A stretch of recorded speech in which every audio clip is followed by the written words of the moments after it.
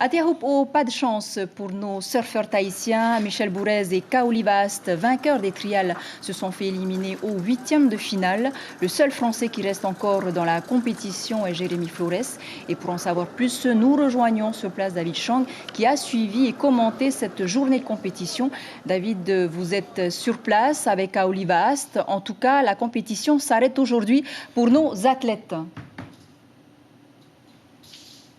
Et oui, Chiquita, vous le voyez, je suis ici chez les Vast, avec la petite famille Vast juste ici. On a Nike Vast, le petit frère, Aylan Vast, la petite sœur, et surtout Kaoli Vast, qui a participé aujourd'hui à la Tahiti Pro. Il s'est incliné face à Kolohe Andino et il a affronté Jérémy Flores ensuite en 8e de finale.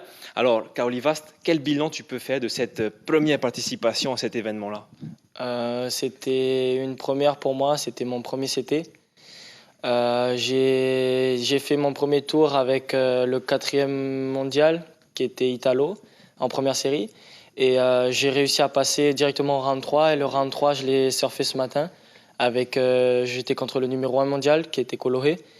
Et franchement, c'était une bonne expérience parce que j'ai aussi surfé en 8e de finale avec Jérémy, qui est comme un grand frère pour moi. Franchement, c'est tout.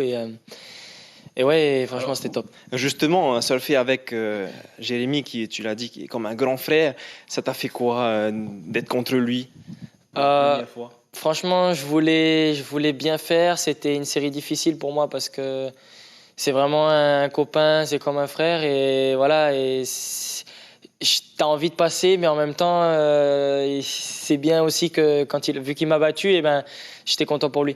Donc voilà, c'était plutôt bien et franchement, c'était que du bonheur. Alors la plus belle surprise, ça a été quand tu as vaincu Kolohe Andino, premier mondial. Là, qu'est-ce que tu as ressenti pendant la série et ensuite après quand tu as réussi à passer devant lui? Dans la série, j'étais pas serein parce qu'il me fallait un score et j'ai pris 3 vagues et ils m'ont pas donné le score. À chaque fois, c'était à 0, quelque chose, je suis passé et c'est qu'à la fin où j'ai réussi à trouver mon 7 points. Et après ça, j'étais trop content. Il restait que 3 minutes, du coup, c'était pratiquement fait. C'était mon meilleur hit. Donc, vous l'aurez compris, un très bon bilan ici pour Kaoli Vast. C'était sa première participation à la Tahiti Pro et à un événement du WCT. Et maintenant, on va commencer, la compétition devrait reprendre demain peut-être, en fonction du call de la WSL. Et nous, on va commencer à suivre Jérémy Flores, justement, puisque ça va être l'homme à suivre pendant cette compétition. L'information en continu sur Polynésie la première, Internet et réseaux sociaux.